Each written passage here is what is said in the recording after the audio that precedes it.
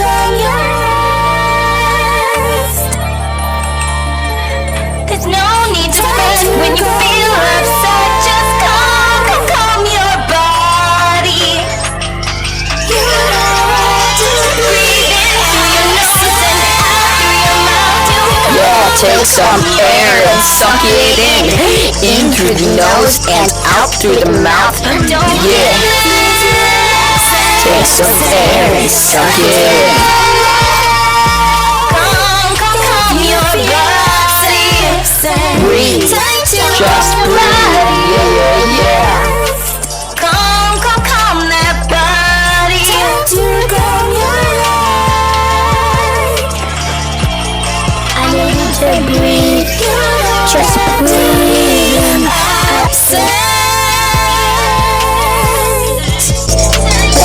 Your mind just breathe. Just breathe. When you feel upset, just calm your body. If you feel upset, breathe in through your nose and out through your mouth to calm your body. Don't get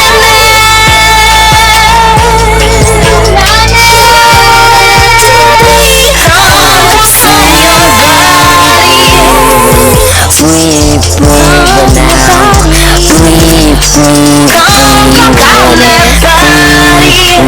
Breathe. calm it down. Just like that. Let's do it again.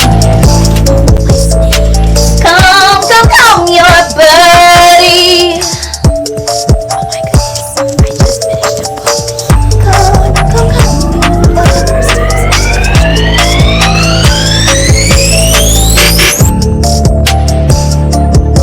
I am awesome. My kids see me struggling but still strong. That teaches them to be great men. I am a great mom, even when I'm not perfect. It's okay to be imperfect in an imperfect world. You do your best. That's all you can do, no matter what you do. Try to always stay half cup full. Hey guys, so I have laryngitis and can barely talk above a whisper or whatever because I've been sick for 12 days and it sucks.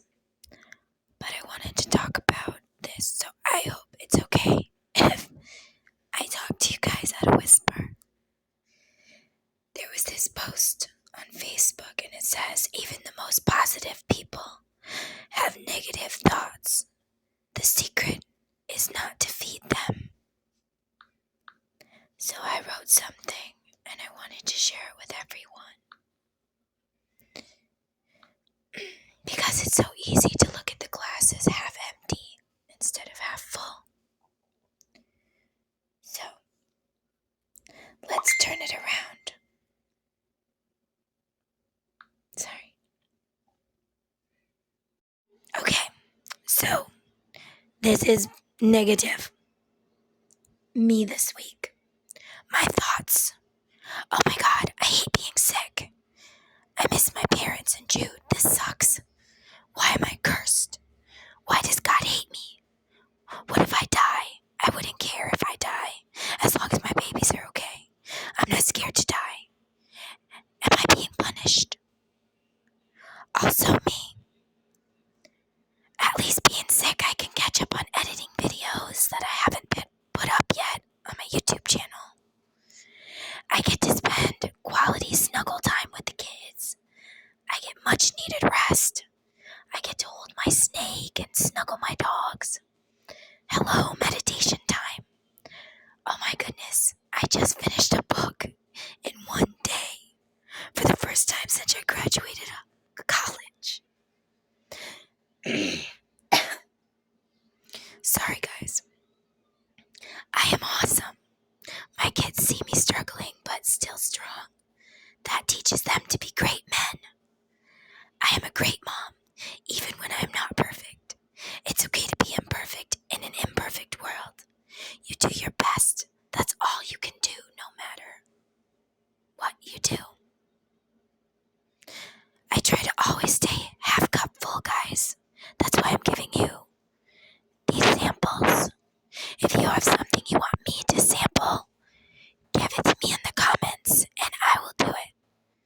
give you the half cup full and the half cup empty version of it, if I can. Obviously, I haven't been through everything. Alright, so this one is my son throwing a tantrum over something stupid.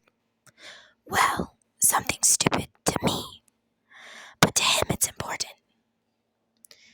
Oh my god, he is so annoying.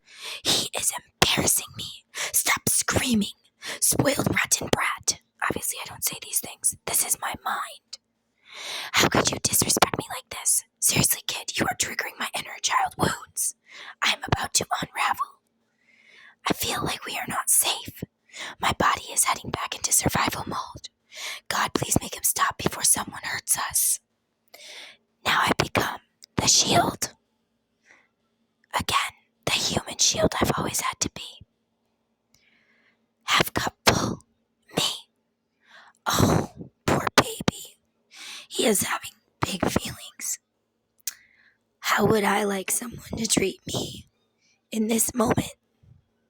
I have big feelings too. He doesn't even have the ability to rationalize his feelings until he's age 30. Okay, just breathe. He's okay. We are safe. I wonder if he's in survival mode right now. What is he upset about again? Oh, that's right. How can I help him? I guess I'll tell him everything is okay.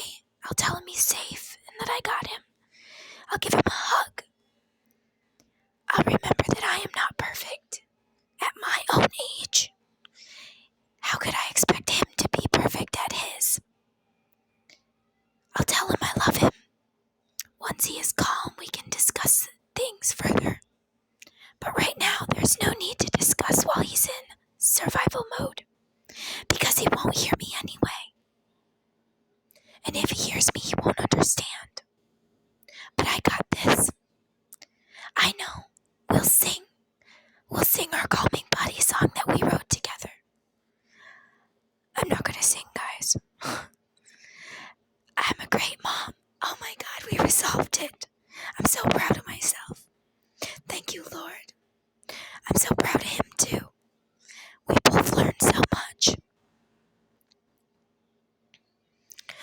Half cup empty about being single. I am single. I'm going to be alone forever. No one loves me. I am meant to grow old alone because God hates me. All men. Sorry. This virus sucks, guys. All men will hurt me. Stay away from them. Stay away from people. People are bad. All people are the same. I think I had the perfect one, and I let him go long ago. This is all my fault. I am too ugly to get anyone else. No one could ever love me. Oh my god, this guy wants to date me. Nope, block it, run. He has issues. I just don't know what they are yet. But I know they're there. I'm looking for the red flags. I always look for the red flags. Maybe he's a child molester. Or a sex trafficker. Maybe he's a cheater and will give me an STD. Maybe he's another narcissist. Or an energy vampire. Maybe he's an alcoholic. Maybe he's abusive. Maybe he's lazy. Maybe he's not a man of his word. What if he is not someone I can count on? What if he is ugly on the inside? Maybe he won't get along with my parents or my kids. What if he has kids? What if his kids don't like me? What if my kids and his kids don't get along? What if he judges me because my kids swear and fight sometimes, as siblings do? It's normal to fight, right? What if he judges me? What if all he wants is sex? What if he don't like dogs or snakes? What if he is mean to my dogs? What if he has money and thinks I'm using him? What if he has a mental disorder? I don't have any more time to waste on love anymore. Does love even exist? Love is evil, painful, the worst. Fuck love. Fuck men, fuck friends, fuck going anywhere. Fuck everything and everyone. Well, except my kids and my mom and my dad and my sister and Amy and Adam and my friends and family. Fuck everyone else. Well, except the ones I love and care about. Oh my God. What if my thoughts just hurt one of the people I do care about? It would be my fault. Am I manifesting pain to others? Am I unknowingly hurting people? I am so negative. Yeah, because you are a worthless pile of dog shit. I sure love them, my friends and family, though. But they don't love me. How could they? I can't even love me. I'm unlovable. I don't deserve love or friendship. Keep everything and everyone at arm's length. I will wear my armor. I won't let them in. Hide from all things. If you hide it, it will eventually go away, right?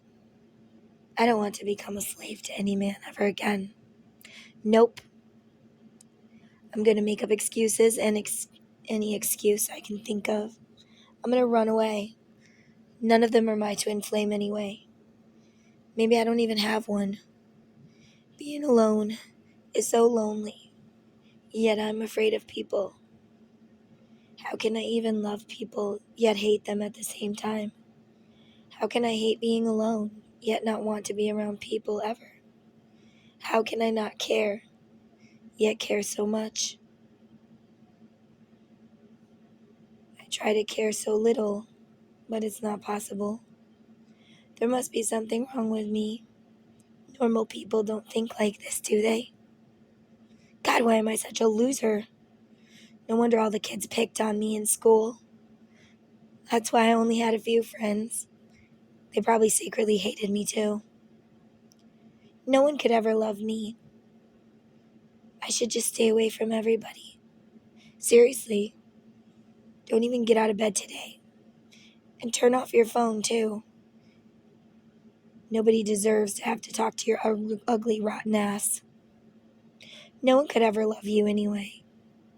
You should just stay away from everybody. Seriously. You're just stupid. You're ugly and worthless. A loser. Why don't you just end your pathetic little life to make the world a better place? Those are things I said to myself in the mirror for so very long. Things he would say to me and I would agree with them because he broke down my self-esteem. And he made me hate who I was, what I looked like, how I acted. Did I contemplate suicide? Yes. Somebody asked me that today.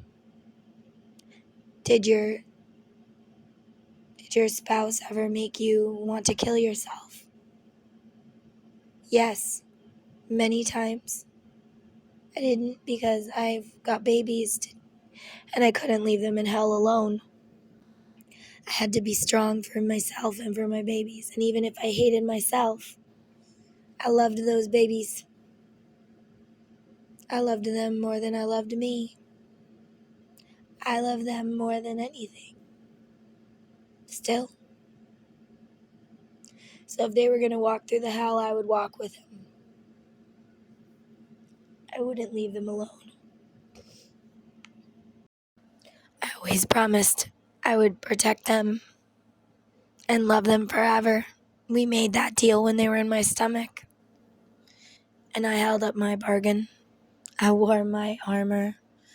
Even if I was always in survival mode.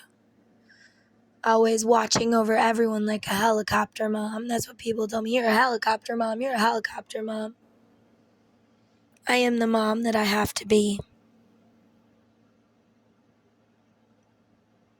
And that's what I was.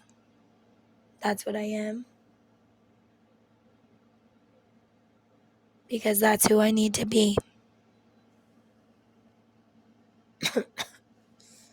Right now, I'm the mom that's sick, and that's who I'm also needing to be. I don't think I've ever had laryngitis. If I have, it's been a long, long, long time. Okay. Now let's do half cup full, because that's depressing, right? But that's how a victim looks at themselves in the mirror. Everything goes over and over in their mind. They are overthinkers because they must be.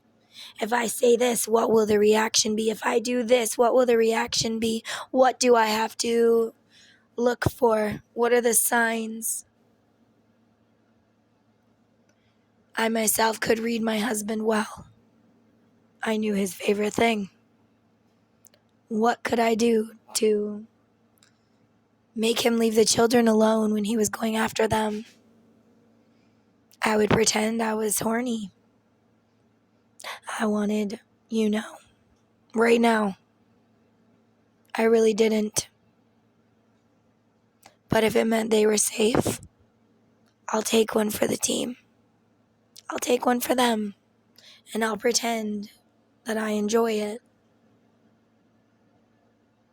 as to not upset him because his manhood is questioned because of me not enjoying it.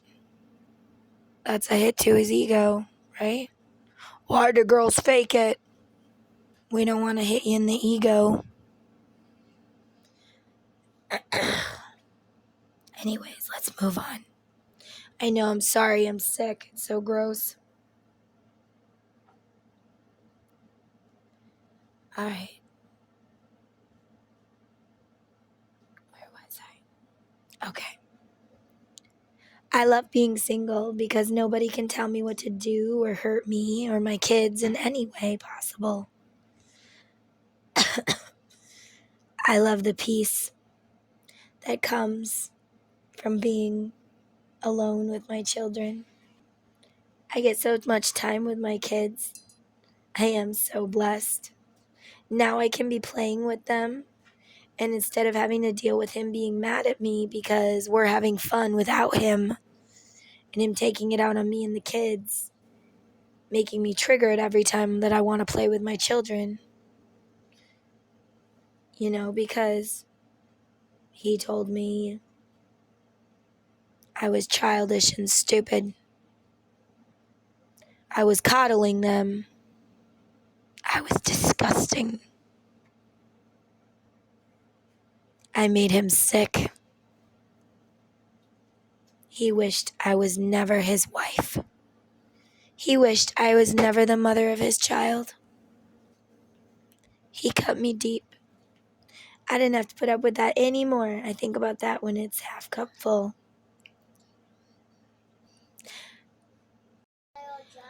Not everyone gets this time with their kids. I am very blessed. Not everyone gets to have so many memories, but I do. I play with them and without anyone getting mad about it. I'm doing it now because do it now or wish you did later. With my eldest son, I wish I did more. I'm not proud of who I was when I was in survival mode. My eldest son, my eldest's, Connor and Eli, they deserved better than a stressed out mom who was living in survival mode and halfway zombie all the time.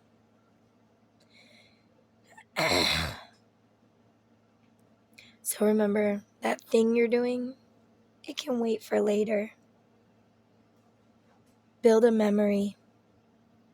You won't remember if the house was super dirty, if those dishes were clean or folded or whatever.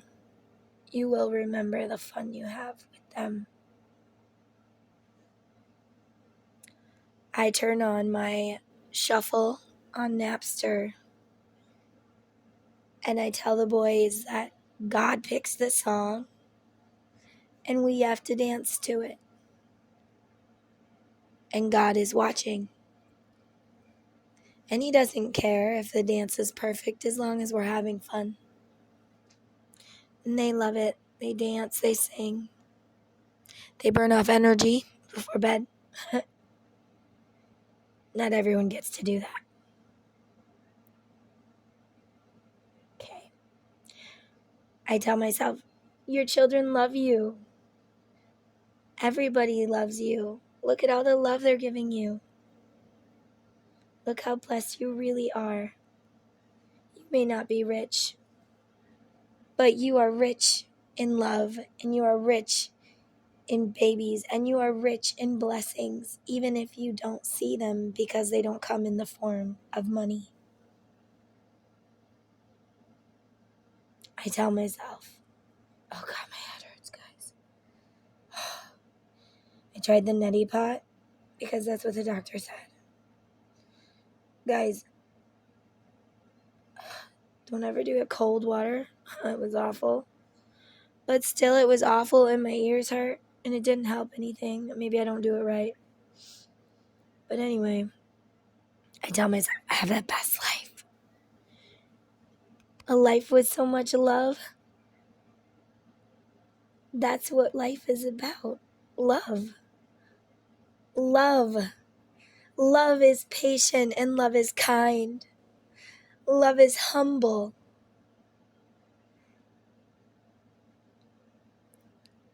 Love is understanding and helping you figure out why. Love is saying you will and doing what you said that you would instead of making up excuses. It's one thing if you're sick or whatever. Like my mom knows I'm not making excuses not to come over and help her make homemade noodles because we bought a noodle maker together because she knows that I'm sick. And love is me staying the fuck away from her right now because I know that she has Parkinson's disease and 36 diseases altogether, brain aneurysms and all sorts of problems. And my dad, well, he's got skin cancer. So love is me staying away from them so they don't get sick because this sickness may not kill me, but it absolutely could kill them. People say, why should we wear a mask? I don't give a shit if I die. Why should I wear a mask? Okay. Do you give a shit if your kid dies? Or your parent? Or your grandparent? Me, myself, I'm not afraid of death. I know I'm going somewhere beautiful. I know because I can talk to my past unloved ones all of the time. In fact, I even know when it is, who it is. Friends and family, they linger to me because I can talk to them and I don't ignore them. And people tell me I'm crazy. There's no way that you can see through the veil. But perhaps my intuition is stronger than yours, and I can see through the veil, and I can hear the veil. My son had ghosts in his room. One was a little boy who was stuck in between because he was protecting his little sister from their father. He beat him to death, killed the little sister too, but he stayed here, stuck, for God knows how long, because he couldn't find his little sister. He couldn't find her anywhere. And he hid in my son's closet because that is where he hid from his dad. That little boy was brave, and even in death, he was still trying to protect his little baby sister. I found out with my tarot cards and with my guide's help what happened to her. She was dead. The dad killed them both, but he didn't know. She crossed over and he stayed. She had no worries. She thought, I'm going to go and join my little brother in heaven. Sometimes they get stuck. It's a little scary. You just tell them that they've passed on. And I used my cards to help them figure out what happened. And you can call me crazy if you want to, but I've done it more than one time. Some people, they know they're going and they cross over easy. Or they're ready to go and they cross over easy. But sometimes they get stuck, especially when they die suddenly and they weren't expecting it. Or they're trying to find someone. Unfinished business is a real thing. I've been reading Dolores Cannon. I actually read the whole book.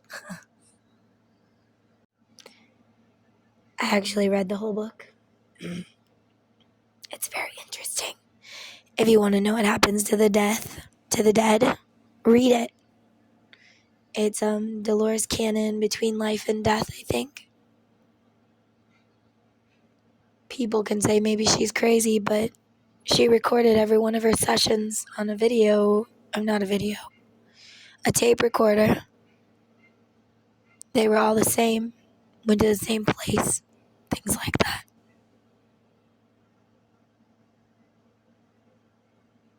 Anyway, let's get back to this. Love is anyway, so that little boy, that's love. Love is knowing that they have you no matter what. They got your back. You could fall and they would catch you, or at least try their best. Love is feeling safe with them at all times. When their arms are wrapped around you, you feel home. There is no feeling like it. Love is knowing how wonderful you are and how lucky someone would be to have you with your flaws and all. Love is forgiving yourself for staying in situations that may not have served you best, knowing that maybe there was a lesson to learn there. Love is telling yourself, I'm sorry for allowing someone to treat you that way.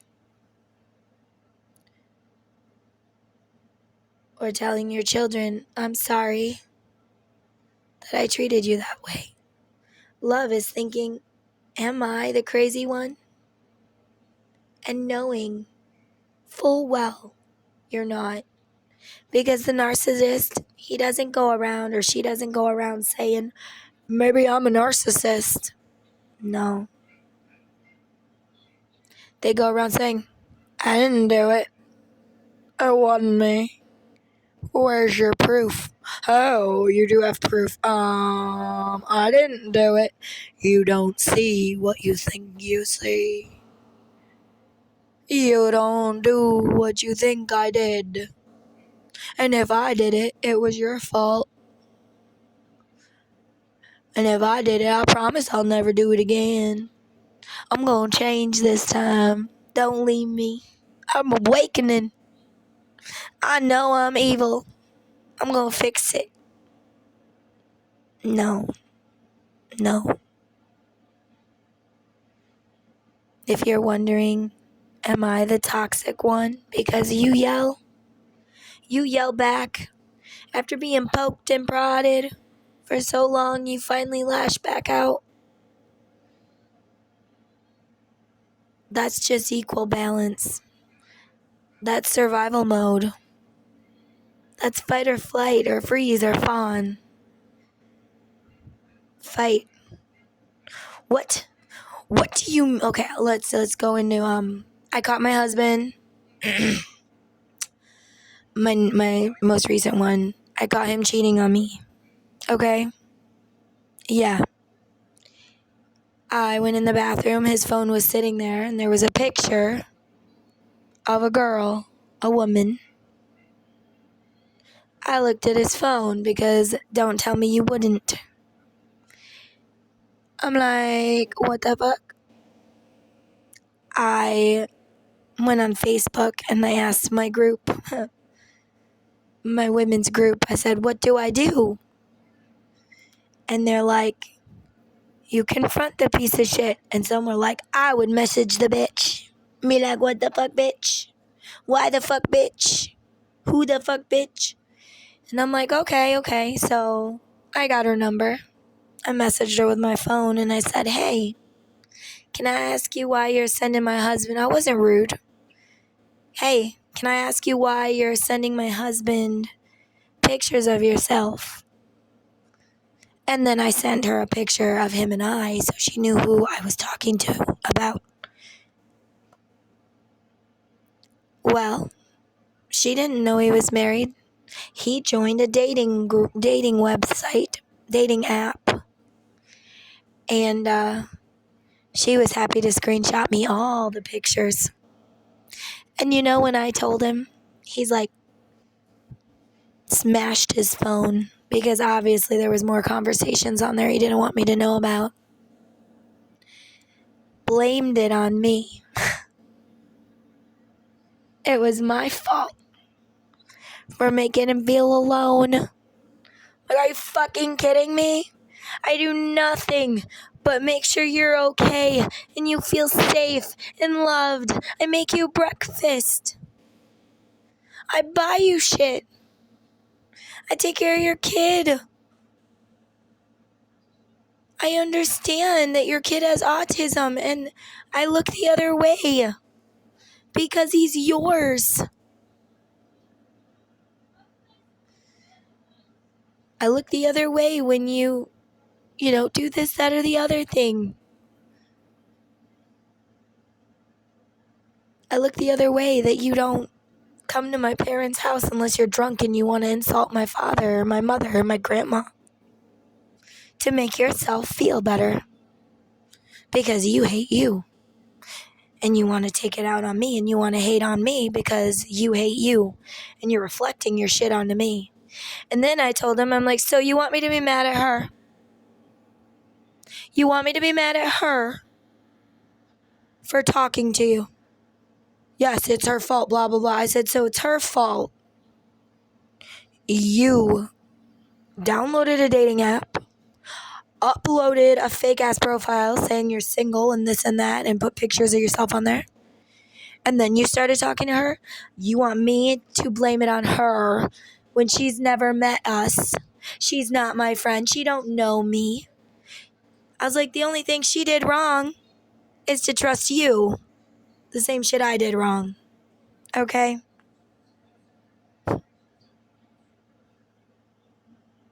But he tried to manipulate the situation.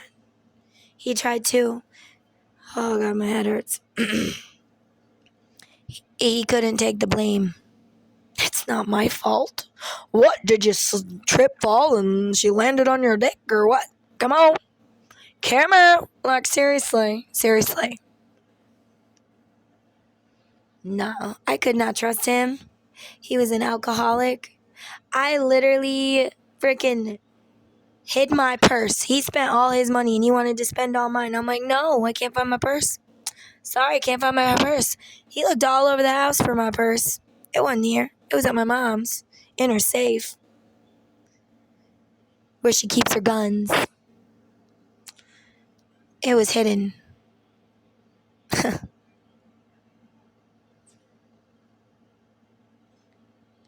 That's not love.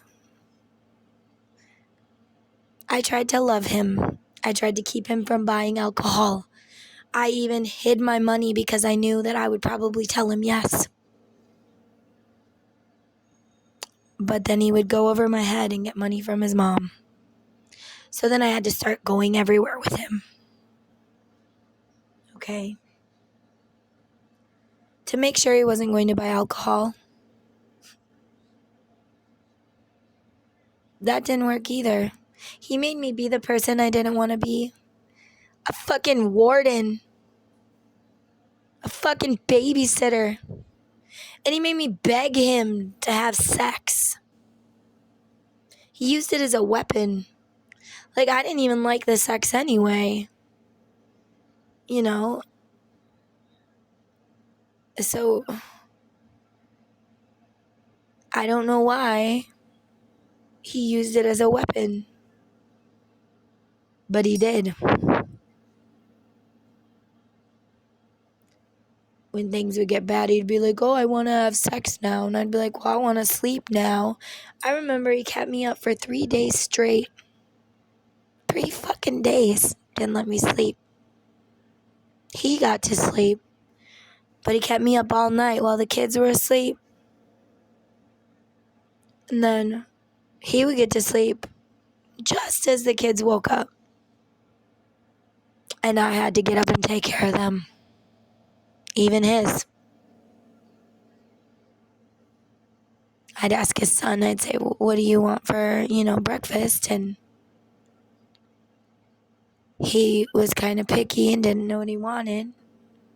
So I would have to wake him up to feed his own kid because he wouldn't tell me what he wanted to eat. And the first thing he would say is, I want to eat that. The first thing Aaron would ask him, do you want these? And he'd be like, yeah. And he's like, was that so fucking hard? You couldn't fucking feed him? No, I couldn't fucking feed him because I said that too. I asked him that first. He said no. He didn't like our kids bonding. He would literally punish his son for playing with mine, like he was jealous that he wasn't his best friend anymore.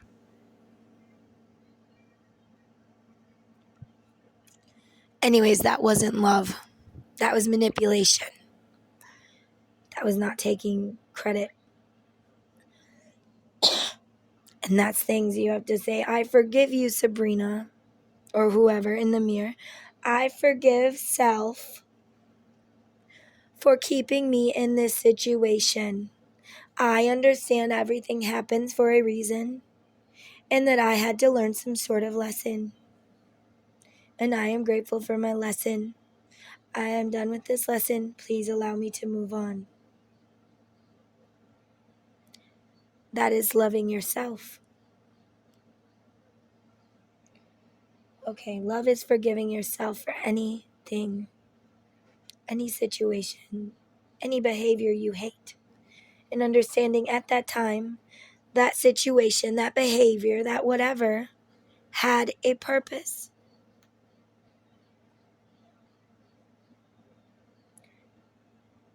Love is talking to yourself like you are the best person in the world instead of talking to yourself like you're a piece of shit. Love is beautiful. Love is being happy just to be with that person, just to have them near you, just to have them smile at you, just for a hug, just for your eyes to lock, just to be in their presence is enough for you to feel love towards that person and not like, oh my God, they're looking at me. I should hide. What is he thinking? Is he thinking something about me? He's probably thinking how disgusting I am. That's not love.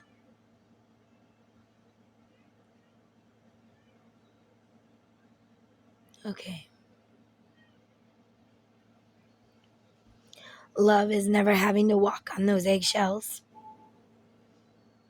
Love is having your feelings and cares be heard, understood, and made to feel as though your concerns matter.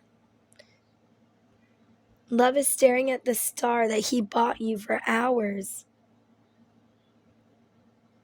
and talking all night long, not having to look at a phone or a TV because just his presence or her presence is enough. Love is having endless conversations where both of you get turns to talk, where both of you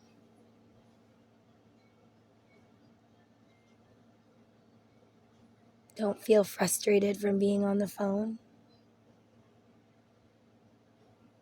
Love is walking on the beach or somewhere beautiful, yet looking at this person like they're the most beautiful thing you ever seen and always has been, even more beautiful than the sunset. That you could look at them all day long and never get bored. Love is knowing that God Himself could line up every single person in the world and give you your choice to choose one person for the rest of your life, and knowing that that person is the person you would choose out of everybody.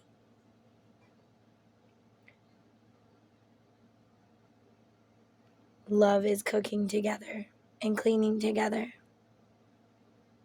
just so no one feels left out or like they're being used, and no resentment is made.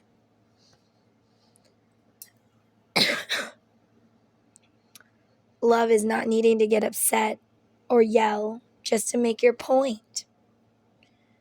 Not needing to name call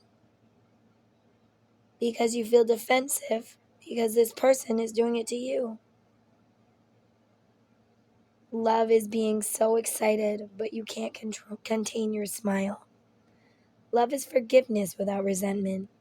Love is holding hands and kissing where everybody can see it. Maybe not porno-like. And not because you want to make someone jealous, but because you cannot contain yourself. If you don't kiss that person, you feel like you're going to explode. Love is knowing that when you are down and you do not have 100% to give, that person will borrow you the extra percentage. Like, let's say usually you give 100% and they give 100%, but you're sick today. They're like, you rest. I'm going to go do this. And then I'm going to come back and I'm going to cuddle with you. And I'm going to kiss you. And you're like, yeah, but what about if you get sick? I don't care. I'm going to do it anyway because you need my love right now. And it's what you would do. Love is understanding when someone is triggered. Love is helping them through it and guiding them when they have no light in the dark. Love is being understanding when somebody tells you something, even if you don't like what they're saying. You don't get defensive and triggered. You breathe, you take a moment, and you say, okay, I'm ready now. Love is writing I love you on somebody's hand with your fingers, just so they know that you love them. Love is being there for them, always.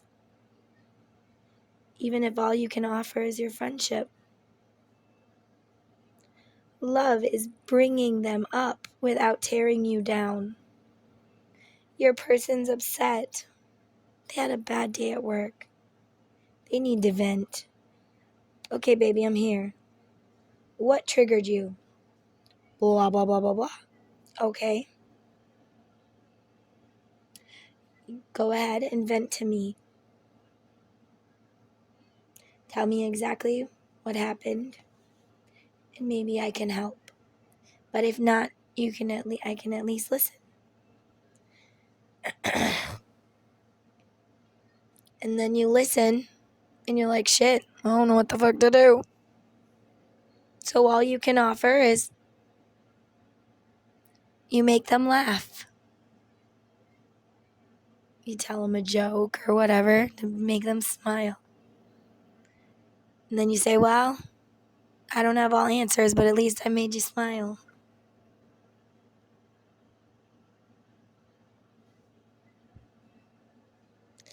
And maybe you could be like, well, since you had such a bad day, I think I'll make dinner tonight and you can go ahead and do XYZ. You know? But not taking advantage of that all the time. You can't be like, baby, I had a bad day, baby, I had a bad day, baby, I had a bad day, baby, I had a bad day. That's taking advantage. That causes resentment.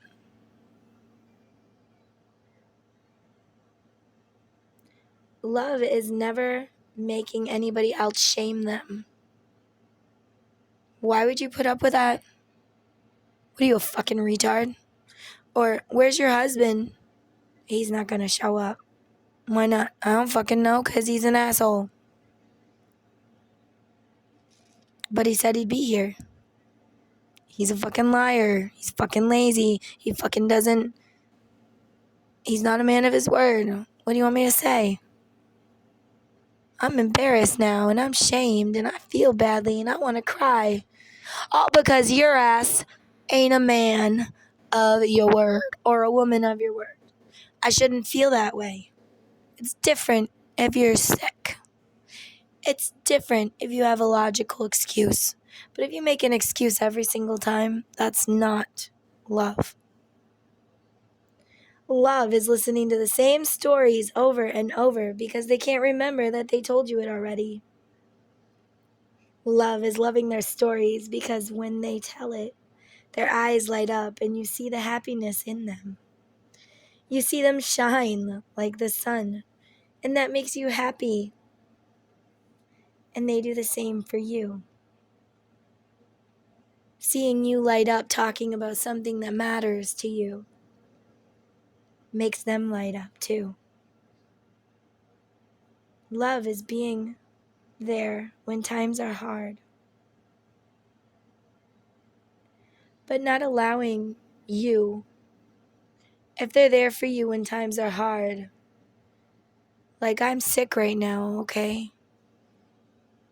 Let's say I was really, really sick, like I had a disease, or I'm sick a while, knock on wood.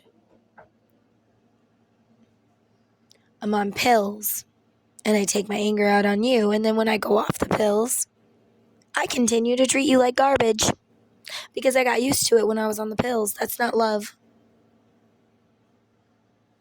That's abuse.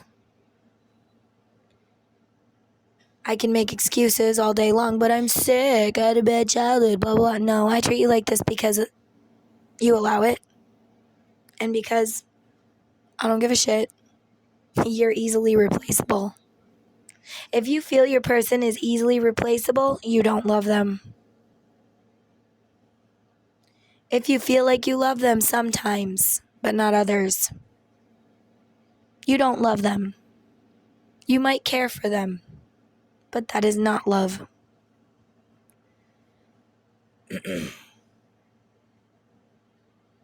Love is compromising when you guys can't agree, or thinking of some sort of solution that works for both of you.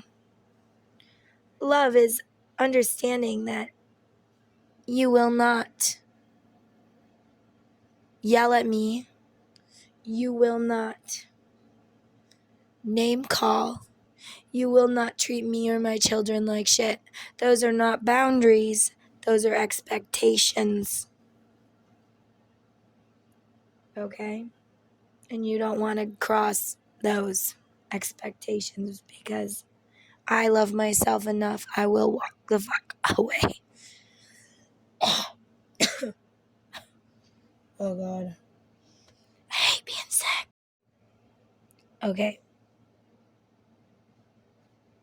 Love is not evil. It's not manipulation. It's not gaslighting. It's not abuse. It's not, I'm going to change now and then blowing up. I'm going to make you walk on eggshells.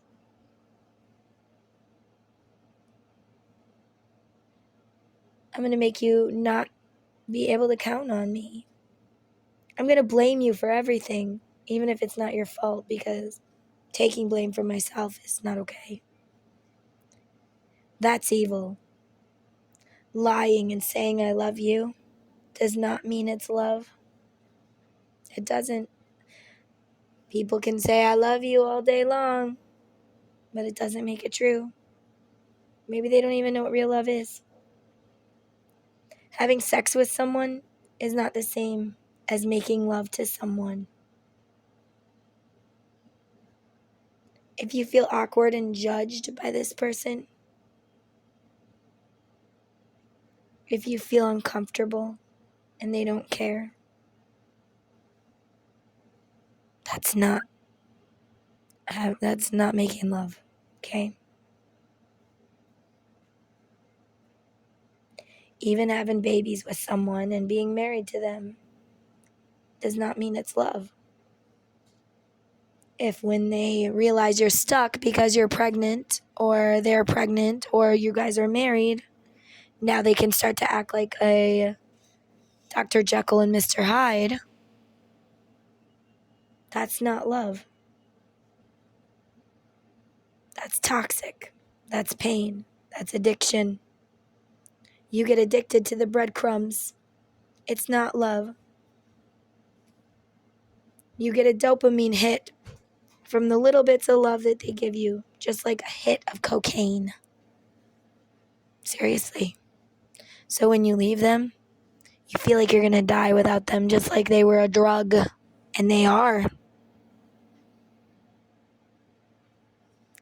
And you don't even know you're addicted because nobody ever told you. I'm telling you, please spread the awareness. Toxic people make you addicted like a drug, okay? I didn't know that me trying so hard was actually me having a hard time giving up my addiction. I would make all the excuses in the book. But that's not the only reason I stayed. Obviously, there was fear and all sorts of other reasons. Reasons that he mostly did place in my mind and make me believe.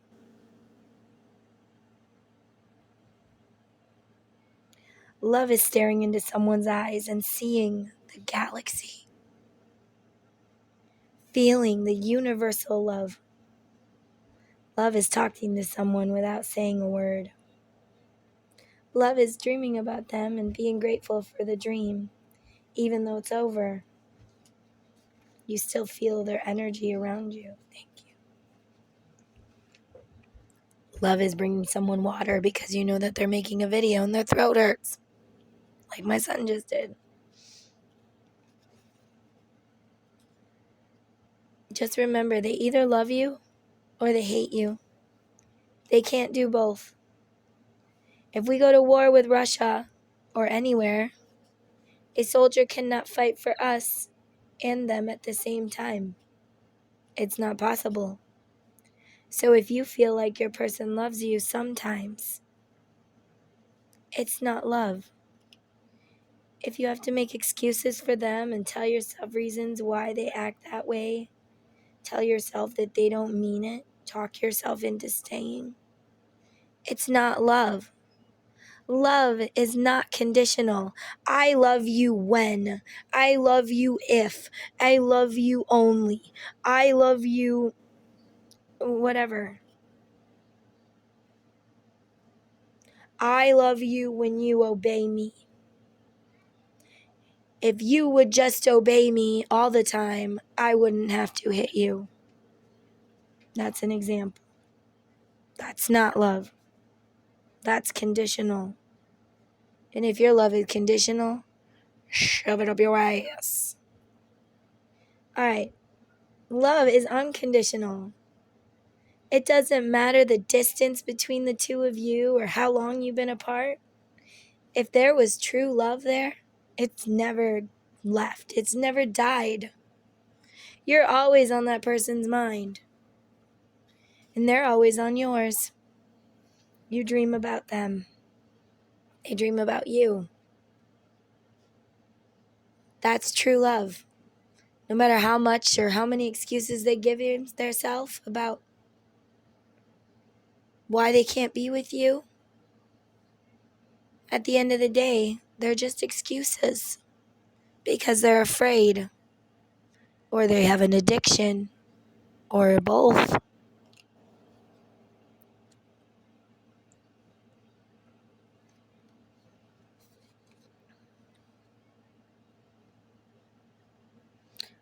Everybody fights. Everybody. But there's an extent. There's an extent to how they treat you. Are they screaming at you? Are they hitting you? Are they punching things? Are they breaking your shit? Are they yelling at your kids? Are they treating you like dirt for no good reason? Does it seem like every time that you're happy, they make you miserable because you're not allowed to be happy? And then they tell you that that's love. I wouldn't act this way if I didn't love you. This is love.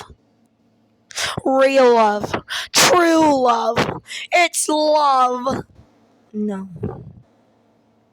That is not love.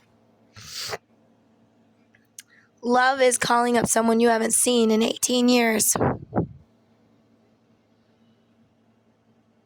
and talking to them like you saw them yesterday. Not like, Jesus, how come you haven't contacted me? That's picking fights. That's taking your aggression out on that person. It's okay to say, so, it's been a while. I haven't heard from you in a while. You okay? How you been? Tell me what's up with you. I would love to hear your stories. That's love. Picking off where you left off. Picking up where you left off. No matter the distance. No matter the time.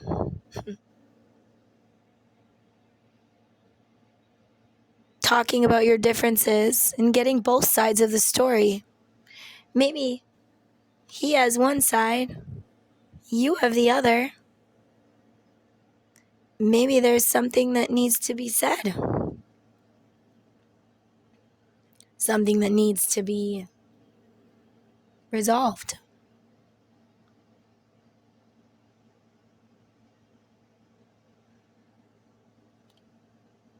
If you make excuses for why you don't love someone and you try to bury that love, but yet you can't find much reason to hate that person or unlove them because they really didn't treat you like shit,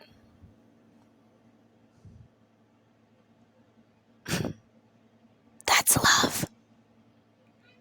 The flame doesn't go out. It might get iced up for a while, but it doesn't go out. It's still there. And when you talk to that person again, everything will be okay.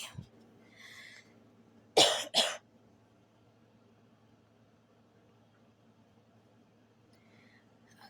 where was I? My ears hurt. True love is not toxic. True love is not toxic. Can you hear me? It's not toxic. It's not evil. It doesn't hurt. You're not afraid to say, babe, I brought home a new doggy. Because you're afraid he's going to hit you. He might be disappointed and he might be mad.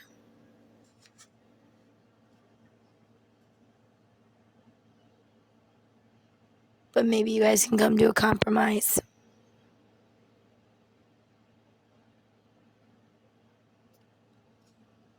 Nobody wants to be betrayed, but they still love you. And for somehow, they will look at it from your perspective, not just their own. They will look at the fact that you are lonely and you want a fucking dog. They will understand your perspective, even though they still feel their own perspective. I feel this way about that.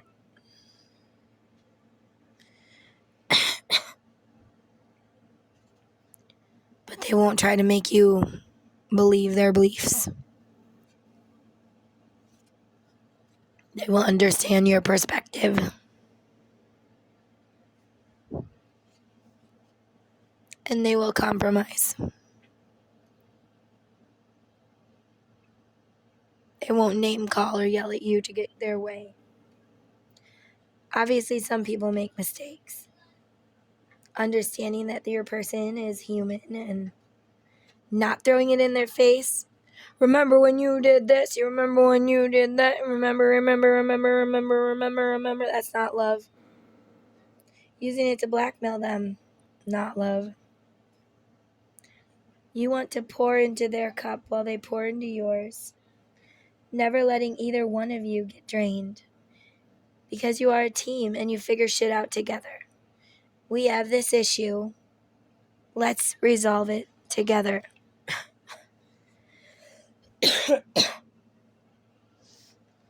I'm seeing that movie Parent Trap, where the kids are like, let's get together, yeah, yeah, yeah. We get na na na na na na. Anyway.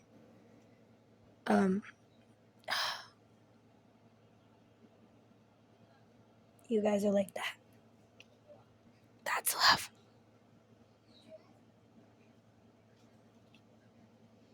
I also tell myself that being single is also great because I get to be the mom and the dad of my children. And I know that it couldn't work with that person. Because if it's meant to be with one person, it can never work with the other. No matter how much I try to cut pieces of myself off to make that puzzle piece fit, it just never will. Because it's not meant to. I tell myself, I know I have a twin flame. He's out there. Does he know that he's my twin flame? Does he love me? I guess when the time is right, the universe will tell me. The universe will bring him to me. And we will recognize each other right away. It'll be like, hi, I'm so-and-so. Oh, I'm so-and-so too. Or whatever. You look really familiar. Like I've known you from somewhere. Yeah, you do too.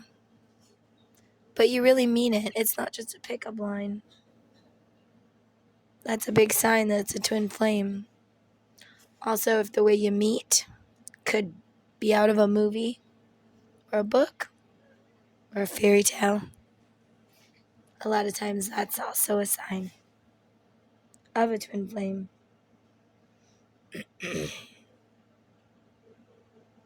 I tell myself I enjoy having dance parties with my kids and getting all this time with them that I don't have to share with anyone.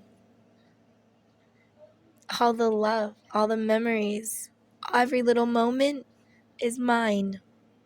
And I am truly blessed. And I do love my life.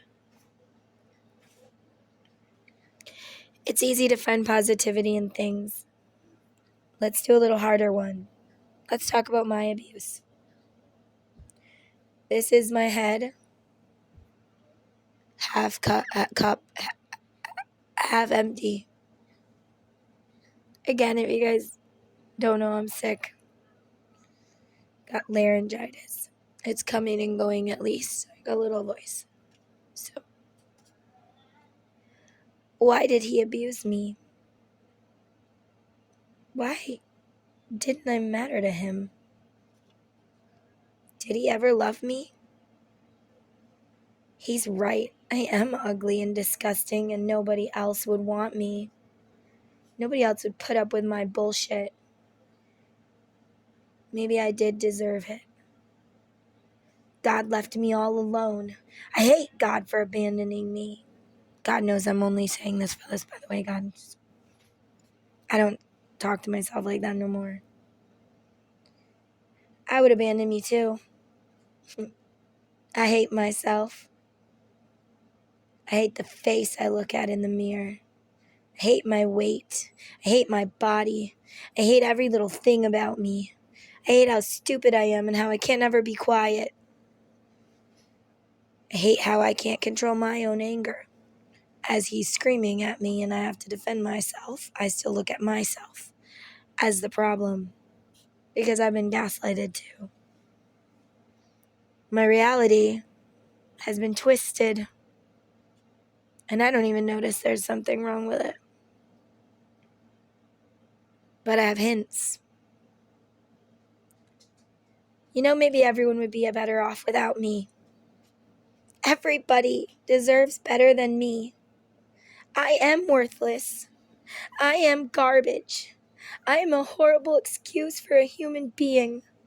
I should just end my life. The world would be a better place without me in it. My parents deserve a better daughter. My sister deserves a better sister. My sons deserve a better mother. My animals deserve a better owner. And my husband, he makes sure that I know that he deserves a better wife. One that isn't a mistake. One that won't upset him so much. One that's not a worthless piece of shit like me. I would cut myself. Not like literally. Some people do, but no, I would cut myself. Spiritually, I would stab myself. Bring down my vibration. Tell myself how terrible and awful I am. I didn't love myself at all. In fact, I hated myself. Because all I seen was the wrongs in me that he made me see. That he drilled in my brain every day. You're ugly. You're worthless. You're a fat, disgusting, lazy pig.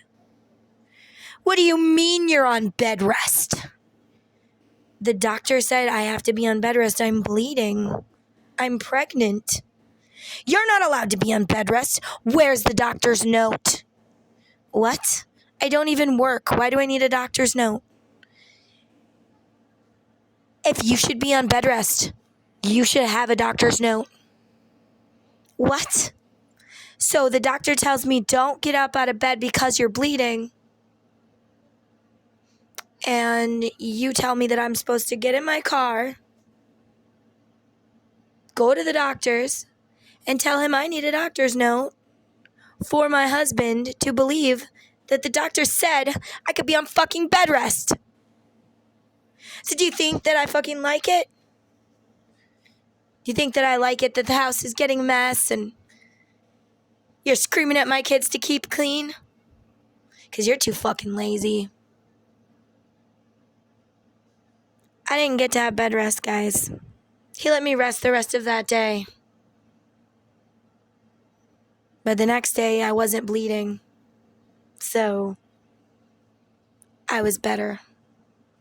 Well, I got lucky that my doctor induced my baby. I'm so sorry. I know it's so disgusting. But I gotta get this stuff out of my system, y'all. If you guys have any tips, I've been sick for 12 days. I need some help. People have told me gurgle salt water that helped a little. Manuka honey and tea helped a little. I gotta try garlic oil. I think she said I'm gonna have to garlic honey. I'm gonna try it. I swear to God, I'm gonna do it. But I'm just not very brave, okay?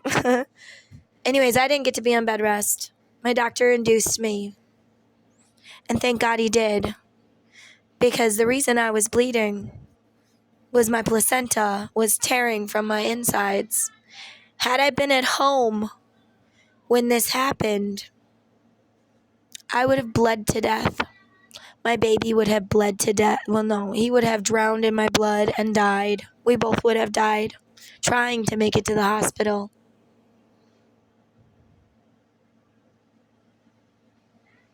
When I was in labor with him, he wasn't even a good birthing partner. He wouldn't rub my back. He wouldn't get up in the bed. He wouldn't make me feel loved. I felt so damn alone. You're the idiot that won't get the epidural. Stop screaming. But when he seen the nurse's face, when I'm like, hey, my water broke, because I never had my water break before. The doctor always broke it. So sorry. So sorry. Heck. The nurse looks. I was all excited because I never had my water break before. And the look on her face of horror. I was like, what's the matter? She's like, you're bleeding. I'm like, well, aren't I supposed to bleed when it's my water? She's like, no, not that much blood.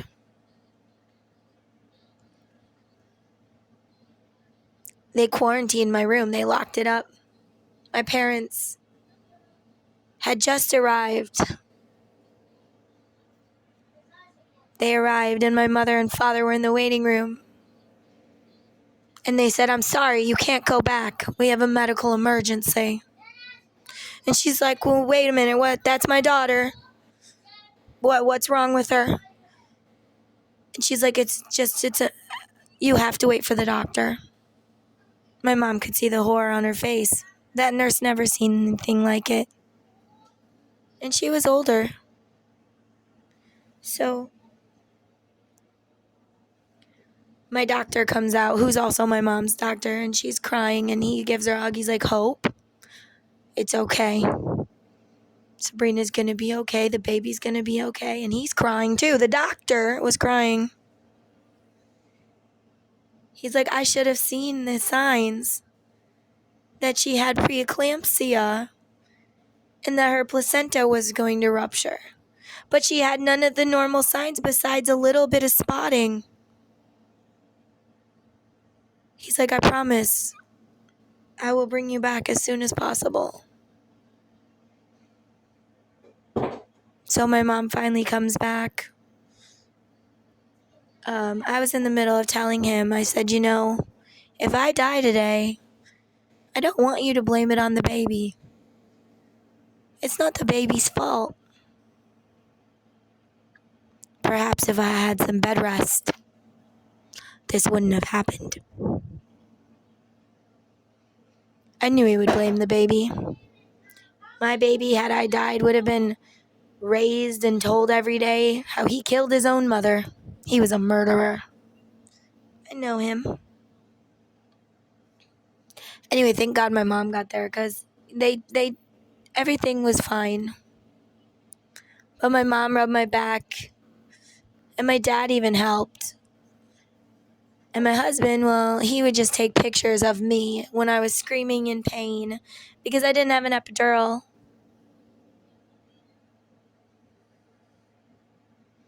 And he would send it to his mom and make fun of how funny I looked in labor. Yeah. And then after labor, he was so tired, guys. He would get up in my bed. I just gave birth.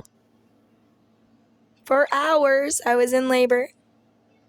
I need rest. And he would get up in my bed and he would sleep. He would fucking sleep. And you know what, Jude? That's not love, guys. That's not love. And I was pregnant with Jude. All night long, I was having contractions. He worked at night. I called him up and I'm like, hey, I'm in labor. I'm going to have the baby today. And he's like, well, I'll just keep counting, blah, blah, blah. He keeps calling me when I'm trying to sleep. My little 3-year-old Elijah was basically rubbing my back and breathing with me, and he was a great partner. Well, he decides now that the contractions are 5 minutes apart, I'm coming home so we can have our baby. He gets home. I gotta take a shower before we go to the hospital. Wait, what? I'm in labor. I need to go to the hospital now. Trying to be calm instead of freaking the fuck out because he just told me, and I am in labor. Active labor. So he takes this stupid shower. And then he says, I'm not going to take you to the hospital. I said, what the fuck are you talking about? I have to go to the hospital. What do you want me to do? Call an ambulance? If that's what you want to do, then do it. I need to sleep. You came home from work so that you could take me to the hospital to birth our son. And now you need to sleep? I haven't slept all night long. I've been in labor for 21 hours because it started before he even went to work. It just wasn't, consistent. Guys, we lived a block, maybe a block and a half from the fucking hospital. I had to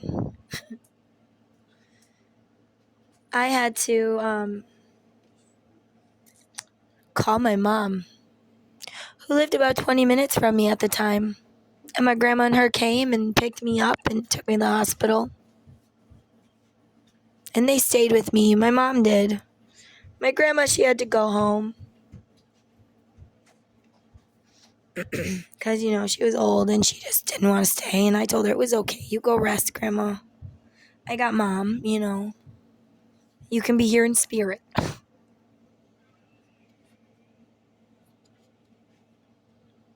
He finally shows up when I'm pushing. Hours later, rested, happy. I hated him. I wanted to get off the bed and tear him into pieces. And then after I push out the baby, they're like, oh, you have a cyst. You want me to remove it while you're open, or do you want to come back in a few weeks and we'll dilate you and blah, blah, blah, blah. Whatever. Remove it now. I don't want to do this again. And so he did. After all of that, they still made me have Pitocin to close my uterus, so I was still having bad contractions and a lot of pain. Dude lays in my fucking bed and goes to sleep.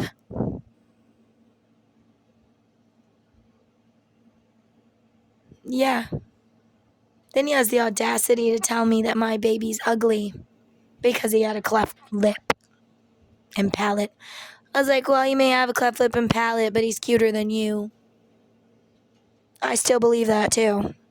Anyways, that's not love. That's not love. But I would cut myself. My soul.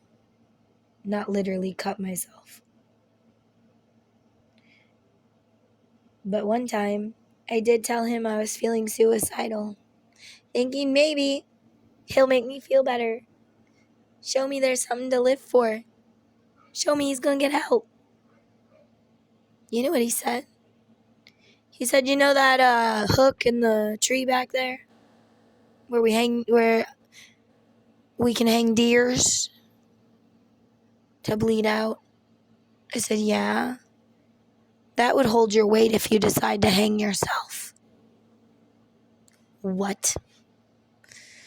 And of course, I'm like, I'm not going to give you the satisfaction of me killing myself, you fucking asshole. But what kind of a fucking person is that? Do you think he looks in the mirror and he tells himself, I might have a problem? Nope. He's even diagnosed with psychosis. Yet, still, he has nothing wrong with him. And his family is perfect. Don't talk bad about his mama, but he can talk bad about mine all day long. But don't talk bad about his. Even though his mother knew he was abusing me. His mother wanted me to get an abortion with Jude and with Lincoln.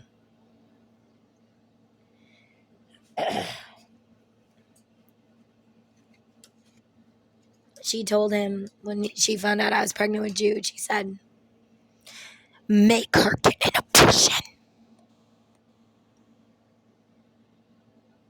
Like he could make me do anything.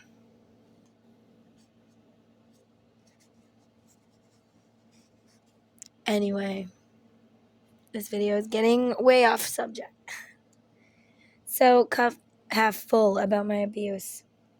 Everything happens for a reason. You are helping so many people get away from domestic violence now that you're spreading awareness. If you never went through that, if you never had your own story, you could never understand their pain as well. God doesn't hate me. He chooses me for this path for a reason. He chose me. I was chosen. He knew that I was strong enough to do it. He knew that he was protecting me the whole time. He saved me so I can save others. I had to feel it in order to help people heal it. I am special. I am loved. I am blessed. And I am grateful for my lessons. I am worthy and strong and brave. I'm a warrior, not just a survivor. A survivor is only surviving. But once they go on and they help others through the maze, or at least they try to without being shamed, they are now graduated to a warrior, a way shower, a guide, a teacher that knows the way. And I am blessed. And I am lucky enough to be that person. Even if maybe I only help a couple people, it's better than nothing. And I have faith in me and in my guides and in God that I can do this. I've got me. I've got them. I am stronger than I think. And even if I have a bad day, I can wake up tomorrow knowing that I can do better. And everybody has bad days. You can't be perfect in an unperfect world. But you can understand when you do wrong. You can come to that person and you can say, hey, I'm sorry. I'm sorry I hurt you. I'm sorry that in my pain, I caused you pain. Or I'm sorry I didn't do what I said I was going to. And you can actually mean it, not be manipulating someone. Because if you don't mean it, don't even say it. But anyways, guys, you can find gratitude in everything if you just look a little deeper. And I know you guys are going to come at me and you're going to be like, but Sabrina, I was raped. I was raped. What did I learn about from being raped? Like Sky Daddy. She was raped. If she was never raped, she wouldn't be singing the music she is and helping all the people she's helping. If she didn't go through what she went through. I was raped as a little girl.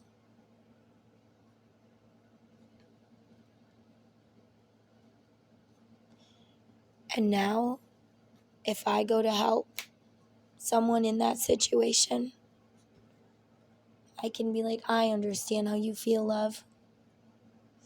I am right there with you. I have felt it too.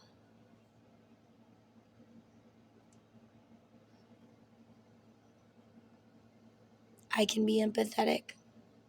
I can be understanding because I've been through it. That's why I had to go through it.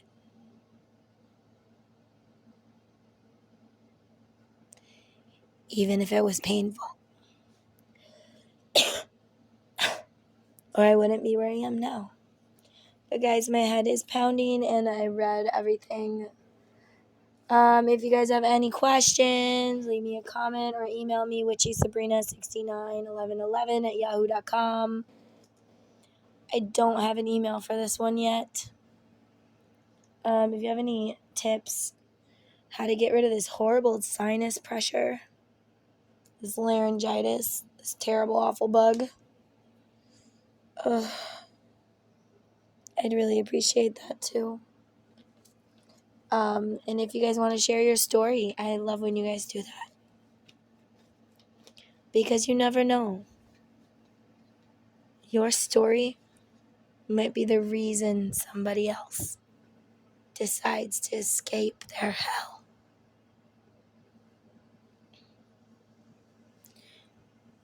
when he beat me the last time, broke my optical bone, almost choked me to death, almost made me bleed to death. I was tired of it. He went to jail. Everybody knew. I put that shit on Facebook. Boom, look what my motherfucking husband did. This is the life I fucking lead. Here's your fucking enlightenment. You see those pretty pictures? They're just pictures. They're just pretty fucking papers with fake ass smiles. Mask. They're not real.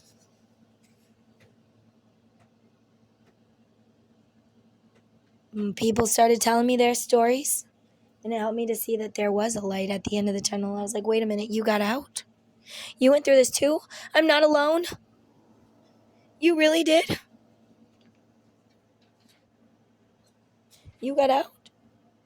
How did you do it? And then my concern, because I didn't know I was addicted to him, of course I let him back in my life. My biggest concern was, even though I let him back in my life because I was addicted and didn't know, and other reasons, obviously, I started doing all the research I could on abuse, on narcissism. Sure, I had a degree in psychology, but I wanted to know more. I wanted to know everything there was about abuse. I wanted to know everything there was about narcissists. I binge watched YouTube on narcissism. It amazed me how all narcissists act exactly the fucking same, like they're all woven from the same cloth. The dark beings that are here to give us lessons. I also watched movies about abuse. All of them I could find. I know it's hard to talk about your story, and it's okay if you can't. But you never know. Your story could save someone's life. If you're a man and you've been through abuse, nobody likes to speak up about that because you're a man. I would love to hear your story. I'm on your side. I know that she can hurt you even if she's way smaller, especially if you care about her and you can't fight back and you're addicted and you have kids and you got all these other things. I'm on your side. Witchy Sabrina 691111 at yahoo.com. That's my tarot channel. If any of you want to check it out, it's the same, but on YouTube, TikTok, Instagram. But now I must give my body some self-love. And my body would like some rest and maybe a shower. I love you guys out there. I hope I'm helping you. Give this to somebody that might help them. And may you all be blessed. Goodbye, my lovelies.